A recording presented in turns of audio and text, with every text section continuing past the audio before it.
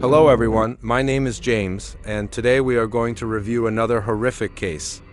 Admitting to your parents that you decided to play your own wedding can be quite exciting. Compared to Gabe Watson, her fiancé, Tina Thomas was far more anxious. Like her future husband, Tina was 26 years old at the time, and this was both her second attempt at getting married and her third significant relationship. Tina's first attempt to start a family with boyfriend Scott McCulloch failed. Both of them had a great relationship, but only Tina's mother opposed the marriage and Scott. She didn't make any specific claims, but like all mothers, she wanted the best and happiest life for her daughter, and since Tina was still very young at the time, this is why the couple soon broke up, melting away any hope of a future together. Tina's second relationship with Stan Marks failed, despite Tina's parents' support. The couple couldn't overcome their 3-year crisis and ended their relationship by mutual consent. Tina met Gabe Watson on Christmas Eve at a party, and their relationship was built on mutual support after a recent breakup. While this may not be the most joyful reason to begin a new relationship, it was a necessary one. After learning from painful experience, Tina said she agreed, but she couldn't do it without her parents' approval. In 2003, Gabe made the decision in a very princely and romantic manner. Watson requested a Valentine's Day dinner, but Tina's father was unavailable. The dinner was rescheduled for February 15th. During the dinner, Watson expressed his desire to live with Tina for the rest of his life. The groom's father asked a simple question: "Does he love her?" Gabe stammered like a schoolboy, but never answered. Her father thought it was a common reaction among strangers. When he asked his daughter the same question, Tina did not respond directly. Instead, she stated that she was afraid of being alone at the age of 26. The father thought for a while and blessed the young ones. Planning a wedding requires a lot of time and work. While Tina was thinking about what to wear for the wedding, Gabe was just thinking about the honeymoon. He didn't give a care about how his future wife wanted to spend her vacations. He had already decided on everything. His plan was to travel to the Great Barrier Reef, which is located in the Pacific Ocean close to Australia, and enjoy a dive there. The problem was that, unlike Gabe, Tina wasn't into diving. Yes, he took her scuba diving occasionally in calm water. Gabe was a skilled scuba diver who had completed a rescue diving course and had completed over 50 dives, all of which were outside and not in swimming pools. "I'm warning you right away, if you don't learn to dive by our honeymoon, you're staying home walking the dog or pruning roses in the garden, you're not going anywhere with me," Gabe said. Tina was left with no choice. In fact, Gabe took out a loan to pay for her fiancé's studies and purchase her own equipment because the initial teacher Tina had taken lessons from was dissatisfied with her skills. The second instructor gave Tina a credit rather quickly, but not before noting that Tina does everything under the stick to please her future husband. On October 11th, the young couple finally got married, and 2 days later they flew to Australia, spending $10,000 on the trip, which gave them for the wedding. A furious Gabe would not listen to the diving instructor, accusing him of being the one who couldn't explain and refusing to continue the class. It should be mentioned that Gabe spent a portion of his honeymoon with Tina. Together, they went on walks through Sydney and visited the zoo and Sydney Aquarium. Although Tina was initially thrilled about visiting the Great Barrier Reef, her excitement turned to sadness as the day approached. On October 21st, they took a plane to Townsville and then boarded a boat to reach one of the world's most breathtaking locations, a place every diver dreams of visiting.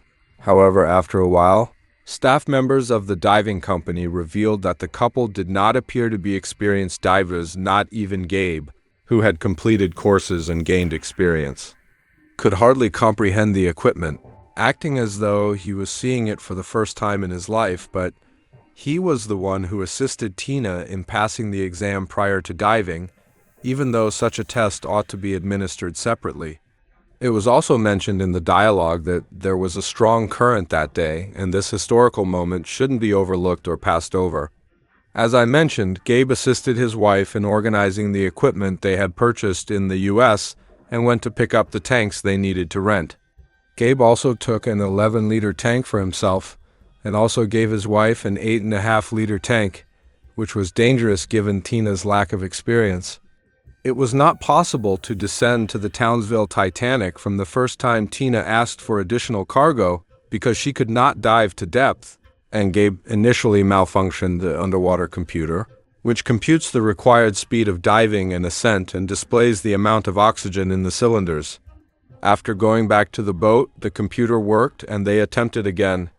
The wreck was 49 feet deep, and Tina was the first to submerge, with Gabe swimming behind her initially. At first everything was fine. Tina used to do that by the time we were halfway up, so I knew that she was just panicking.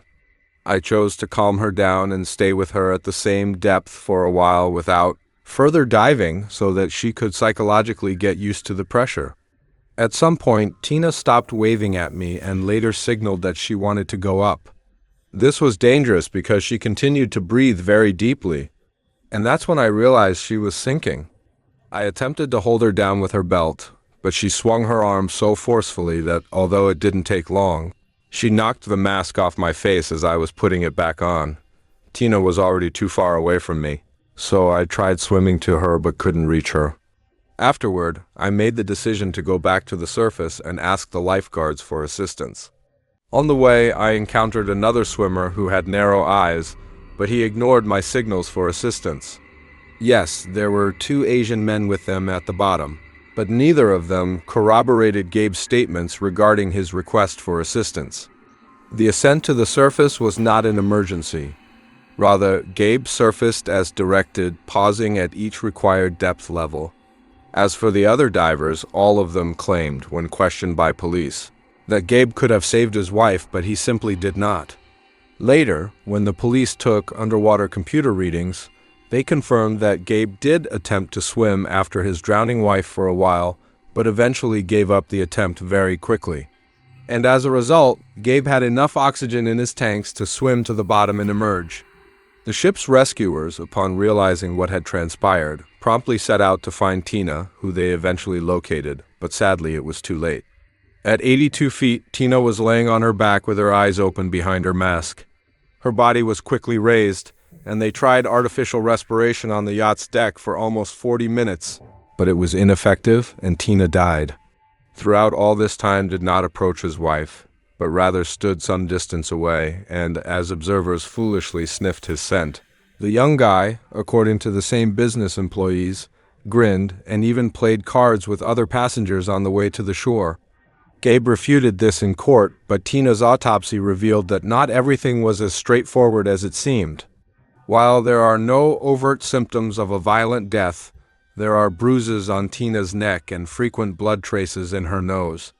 No alcohol was detected in the blood at the 82-foot depth where Tina's corpse was discovered, but there were significant concentrations of medications like ibuprofen and paracetamol, which are used to treat seasickness. A tiny amount of fluid was seen in the lungs. Although Tina's death was reported to be due to drowning, it's probable that she was already oxygen deprived when she drowned. The Australian Water Police examined Tina's equipment, but found no problems. They might have dismissed it as an accident involving an unskilled diver who disregarded safety precautions and ultimately paid with his life, a tragically typical occurrence. However, there were some dubious moments in this tale, like the somewhat ambiguous autopsy results and Watson's strange behavior, which did not fit into the typical narrative of a husband grieving for a recently deceased wife. Because of these factors, the case could not be closed with ease, which is why the investigation took a while. In addition to Tina's parents' refusal to accept what had happened as a tragic accident, Gabe realized the detectives were looking for him. They wanted to see their son-in-law in the dock, if not as their daughter's murderer, then at least as a man who had not supported her during the initial interrogation. When Gabe was released late at night, the police observed that the suspect was in shock, crying, laughing, and twitching nervously. He asked to call his father, who complained of pain in his ears, and begged him to tell his wife's parents about the tragedy. After saying that the trip was only supposed to last 2 days because his wife had died, they went to the yacht owned by the company and asked them for a night's lodging. In addition, he requested a reimbursement for half of the diving fee.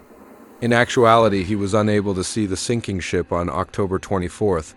That same day, at Gabe's request, his mother takes a plane to Townsville to support her son and assist him with finding legal representation. They visit the morgue together. Gabe wanted to see his wife again because the husband was still being investigated. The morgue staff member phoned the case's investigator. Theoretically, Gabe could have concealed some evidence, but the distraught husband simply sobbed, held his wife's cold hand, and begged her for forgiveness, completely unaware that a police officer was outside the door at the moment, recording him on tape. Detective Lawrence would later use these words against Gabe in court. Detective Lawrence also questions Gabe about what he meant when he told Tina he didn't mean to hurt her at the morgue. This was done on purpose to avoid seeing Tina's father, but divers will confirm that ear issues are a fairly common ailment among divers. The story of Gabe's sore ear was repeated again as he was traveling home with his wife's body during a layover in Oakland. He sought medical attention on the airport grounds and was held there for evaluation. At Tina's burial on November 5th, Gabe still had to meet with her father, who had passed away. Almost in full view, Gabe removed his wife's wedding band and placed it on his ring finger over hers, along with her earrings, which he gave to his father-in-law right away. Later in the trial, Gabe would be asked if he truly removed his wife's jewels during the burial. Watson and the Thomas family never saw each other again, and Gabe would only shrug and grin. Everyone had varied ideas on Gabe. Some labeled him a dictator and a desperate guy, while others claimed he was a hilarious, plump man. Nevertheless, they all agreed that Gabe and Tina were not happy, or at least they didn't seem to be. I don't believe I could have done it later. The victim, who died soon before their honeymoon, also confessed to a friend that her husband dragged her by the hand to an insurance company where he forced her to insure his life at a higher interest rate in case of death and put his name in the beneficiary column. This testimony was checked through the insurance agent and he confirmed everything. Tina's friends confirmed what she told her father at a family dinner on February 15th. That her union with Gabe was just a way to avoid dying alone and that fear had led Tina to die on the seabed.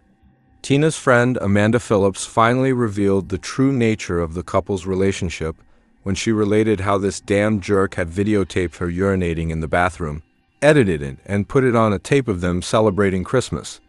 That would have been okay, but he turned it on at a general viewing with a full house of guests. He laughed like a horse as everyone twiddled their fingers around their temples and tried to explain to him that it was a very low act. The jury was shown extremely disturbing footage of Watson visiting Tina's grave, taking all the flowers and carrying them away. The flowers were later found in a nearby trash can. Tina's father noticed the missing flowers and set up a hidden camera in the next row among the monuments to find out the thief. He never expected to see Gabe on the tape and was outraged by such an act. I was clutching crosses on my fingers so Tina wouldn't get the idea to marry him while removing jewelry right during a funeral. In court, Gabe argued that he and his wife had talked about their own son's death while on an intense honeymoon and that her request that there be no flowers on the grave seemed incredibly odd and implausible. If the police had worn the same clothes as the newlyweds and hadn't attempted to stage the incident, who knows how long the search for evidence would have taken. According to Gabe, Tina drowned when he was attempting to place a mask on her face. It turned out that you needed to utilize another source of air in this case, Tina's oxygen, in order to put the mask on underwater. Gabe was taken into custody by Australian authorities in late November 2008, and on June 5, 2009, Gabe's trial got underway. He entered a guilty plea, but solely for not saving his wife. As a result, he was accused of negligent murder and given an 18-month jail term after serving out his original sentence. After his wife passed away, Gabe went back to the U.S., but a year later, a U.S. court charged him with first-degree murder. His motivation was to get insurance payouts. Gabe's attorney attempted to defend his client by placing all the blame on the diving firm, claiming that its staff neglected to ensure guests' safety and are now fearful of losing their license. Therefore, the entire industry is trying to put the blame on the unhappy husband, who has already completed his sentence in another nation. As for the $33,000 insurance payout, Gabe spent much more on lawyers and other professional services. But the prosecution persisted in claiming that this was only because the husband could not assume that he would not be believed. Additionally, the prosecutor refused to acknowledge the fact that Gabe, who has a degree in drowning rescue, was unable to save his wife when he addressed the jury 7 years after the tragedy. And I haven't stopped thinking about that awful day since then. The public has come after me, accusing me of killing my wife, and not a single person has ever looked me in the eye and said, "Yes, I understand how bad you feel, but it's not your fault." Instead, everyone wants me dead. In this case, all I can understand are my late wife's parents, who will never forgive me, no matter how much I kneel before them or beg for their forgiveness. I can't even begin to imagine what it's like to lose a child, but I've never heard anyone say that they can't even begin to imagine what it's like to lose a wife, especially on their honeymoon. If I can be accused of anything, it's that I didn't try hard enough to save Tina, but I've already paid the price for that. Maybe everyone would have been satisfied if I had drowned with my wife 7 years ago, but I was afraid that I wouldn't be able to rise above the waves. All I wanted was to live, as long as I still want to live. No proof of Gabe's guilt was shown to the jury, and they found Gabe not guilty. Is Gabe responsible for Tina's death? Please share your thoughts and comments below. Please subscribe the channel to see more amazing stories. Thanks for watching this video.